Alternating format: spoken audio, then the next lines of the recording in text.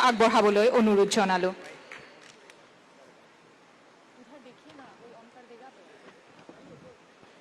MSME विभाग में भारत सरकार के केंद्रीय मंत्री श्री नारायण राणे जी, हमारा असम सरकार में उद्योग और वाणिज्य मंत्री श्री चंद्रमोहन पटवारी जी, कोल बोर्ड के चेयरमैन श्री डी कुप्पूरामू जी, रबर बोर्ड के चेयरमैन डॉक्टर सावर धनानिया जी, लघु उद्योग भारती की अखिल भारतीय संगठन मंत्री श्री प्रकाश सान जी, लघु उद्योग भारती की अखिल भारतीय अध्यक्ष बलदेव भाई प्रजापति जी, लघु उद्योग भारती की all India general secretary Ghanshyam ji Ojha, हमारे लघु उद्योग भारती की फॉर्मर प्रेसिडेंट ओम प्रकाश मित्तल जी, लघु उद्योग भारती की ऑल इंडिया जनरल सेक्रेटरी आशीष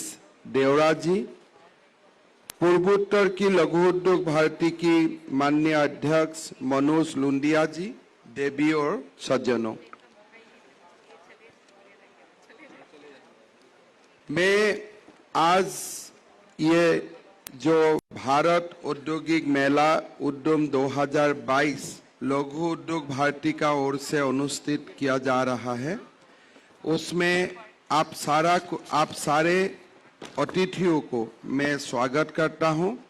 खास करके भारत सरकार की माननीय मंत्री श्री नारायण राणे जी को मैं असम में स्वागत करता हूं। लघु उद्योग के साथ जोड़कर इस महत्वपूर्ण आयोजन करने के लिए मैं उद्योग एवं वाणिज्य विभाग असम सरकार को भी धन्यवाद देता हूं। मुझे विश्वास है कि हमारे अगले पीढ़ियों को उद्यमियों की बीच उद्यम के रूप में काम करेगा। मुझे उम्मीद है कि पहले आयोजित की गई औद्योगिक की उपलब्धियों के अलावा इस आयोजन का उद्देश्य होगा स्टार्टअप कंपनियों को नई विचार भावनाओं के जरिए कारोबारी माहौल की बढ़ावा देना। ये उन्हें आने वाला दिनों में अपने विकास की गति को बढ़ावा देने तथा सफलता प्राप्त करने में भी मदद करेगा। मुझे दृढ़ विश्वास है कि एक निडर तथा साहसी उद्यमी ही रचनात्मकता और उत्साह के साथ दुनिया के विकास को गति दे सकता है।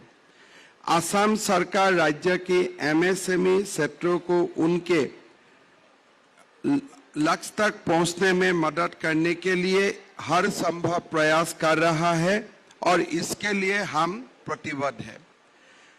साथियों, एमएसएमई भारतीय उद्योग क्षेत्र में बहुत ही महत्वपूर्ण भूमिका निभाती है, जो देश के निर्यात क्षेत्र में 45% का योगदान देता है। न्यूनतम निवेश का साथ एमएसएमई अधिकतम रोजगार सुनिश्चित करता है। असम में लगभग 67,000 उद्योग है। इनसे 99.5% है, जो राज्य के जीडीपी में 29% का योगदान देता है। एमएसएमई क्षेत्र युवाओं को नौकरी खोजने वाला को बजाय नौकरी देने वाला के रूप में सक्षम बनाते हैं और उनके बीच उद्यमिता का भावना पैदा करता है। हमारी राज्य सरकार असम विपणन, प्रौद्योगिकी, कौशल और बुनियादी ढांचे के विकास जैसे क्षेत्र में एमएसएमई के प्रसार और विस्तार के लिए पूरी तरह प्रतिबद्ध है। लघु उद्योग भारती स्थानीय उद्यमियों को और निवेशकों को जोड़ने, बढ़ावा देने और सलाह देने के जरिए असम में एमएसएमई क्षेत्र को मजबूत करने में भी उत्कृष्ट सेवा प्रदान कर रहा है। लघु उद्योग भारती ने असम सरकार को जो सहयोग दिया है और देते रहे हैं, उनके लिए मैं लघु उद्योग भारती को धन्यवाद भी देता हूं। उपभोक्ता बाजार में आज की कड़ी प्रतियोगिता को देखने हुए एमएसएमई को मानक संचालन प्रक्रियाओं द्वारा अपने अनुप्रयोगों को आधुनिकीकरण करना चाहिए। इसके अलावा निर्माण खंड के लागत को भी कम करना चाहिए और उत्पादों का गुणवत्ता में भी सुधार लाना चाहिए। इससे राष्ट्रीय और अंतर्राष्ट्रीय बाजार में अपने उत्पादों की स्थिरता बनी रहेगी। माननीय प्रधानमंत्री श्री नरेंद्र मोदी जी ने पूर्वोत्तर क्षेत्र पर विशेष रूप से ध्यान दिया है। राष्ट्र के विकास और प्रगति के लिए उन्होंने इस क्षेत्र को देश के विकास का नया इंजन बताया है। एक्ट ईस्ट पॉलिसी ने असम को एशियन ब्लॉक के उभरते दिग्गजों का साथ बढ़ते मजबूत संबंधों का केंद्र स्वरूप बना दिया है। हाल ही में बांग्लादेश का साथ प्रोटोकॉल और एसओपी पर हस्ताक्षर किया गया है, जिससे पूर्वोत्तर क्षेत्रों के जहाजों को बांग्लादेश के जल मार्गों और बंदरगाहों का उपयोग करने का अधिकार मिला है। गुवाहाटी को एशियन और बीबीएम रास्ते की 6 राजधानी Kuala Lumpur, Yangon, Hanoi, Singapore, Kathmandu और ढाका से जोड़ने का प्रयास भी चल रहा है। हमारी सरकार ने निर्यात एवं लॉजिस्टिक नीति शुरू की है, जिससे लॉजिस्टिक की बुनियादी ढांचे में विकास में मजबूती मिलेगा। हमारे राज्य के किसान अब गुवाहाटी से यूएई, यूरोप और सिंगापुर जैसे अंतर्राष्ट्रीय बाजारों में फलों और सब्जियों का भी निर्यात कर रहा है। हाल ही में असम सरकार ने एमएसएमई स्थापना की लंबी प्रक्रियाओं को तथा अनुमोदन का असुविधाओं को दूर करने के लिए असम एमएसएमई अधिनियम 2020 अधिसूचित किया है। इस अधिनियम के तहत एमएसएमई को बिना किसी एनओसी के बिना एमएसएमई स्थापित किया जा सकता है और 3 साल तक ये स्थापित का साथ साथ 3 साल तक संचालित की भी किया जा सकता है। हालांकि आग और पर्यावरण से संबंधित उद्योगों को इस अधिनियम से दायरे से बाहर रखा गया है। The Assam ease of doing business अधिनियम 2020 ने स्वघोषणा के आधार पर सभी मंजूरों को ऑटो रिन्यूअल को संभव बनाए हैं। 41 विभागों के तहत 450 G2B सेवाओं को जोड़ने के लिए ईज ऑफ डूइंग पोर्टल का विस्तार भी किया गया है। केंद्रीय सरकार ने विशेष रूप से पूर्वोत्तर क्षेत्र के औद्योगिक परिदृश्य को विकास के लिए समय समय पर प्रोत्साहन पैकेजों की घोषणा की है। पूर्वोत्तर औद्योगिक और निवेश संबंधन नीति 2007 ने 2007 की बाद राज्य में मध्यम और बड़े पैमाने पर निवेश को आकर्षित करने में सफल हुआ था।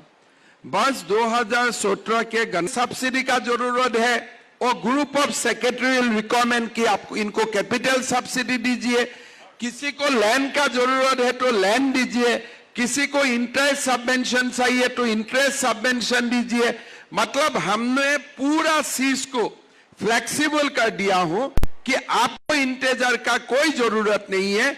आप आइए, बातचीत कीजिए और हमारा एम्पावर्ड ग्रुप ऑफ सेक्रेटरी जो भी इंसेंटिव रिकमेंड करेगा आप तो पीएलआई तक हमने उसी रास्ता में चलने का प्रयास करेगा।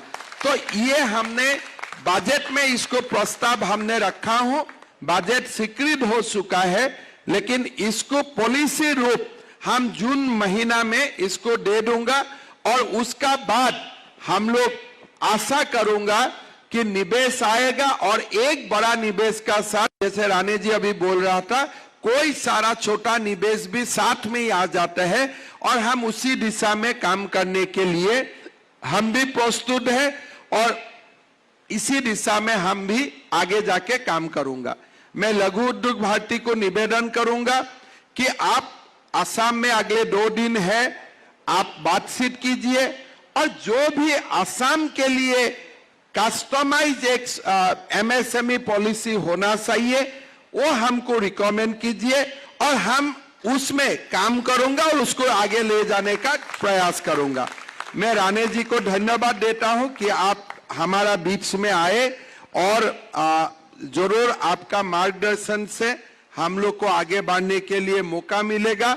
और साथ में लघु उद्योग भारती का सारे डेलीगेट्स को मैं आसाम में स्वागत करता हूं।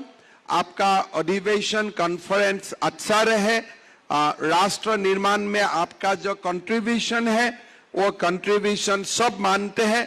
खास करके जीएसटी निर्माण का समय में मैं जीएसटी काउंसिल में रहा। अरुण जी आपसे बात करते करते पॉलिसी को, जीएसटी को एकदम व्यापार का जो एक फ्रेंडली पॉलिसी तक कंप्लीटली ट्रांसफॉर्मेशन किया था, उसमें लघु उद्योग भारती का बहुत बड़ा कंट्रीब्यूशन था। मैं आप लोग को साधुवाद देना चाहता हूं और मैं आशा करता हूं आगे भी आप लोग अपना कंस्ट्रक्टिव जो पॉलिसी है इसको आगे ले जाके हमारा राष्ट्र निर्माण का जो प्रोसेस चल रहा है उसको आप लोग और मजबूती देगा।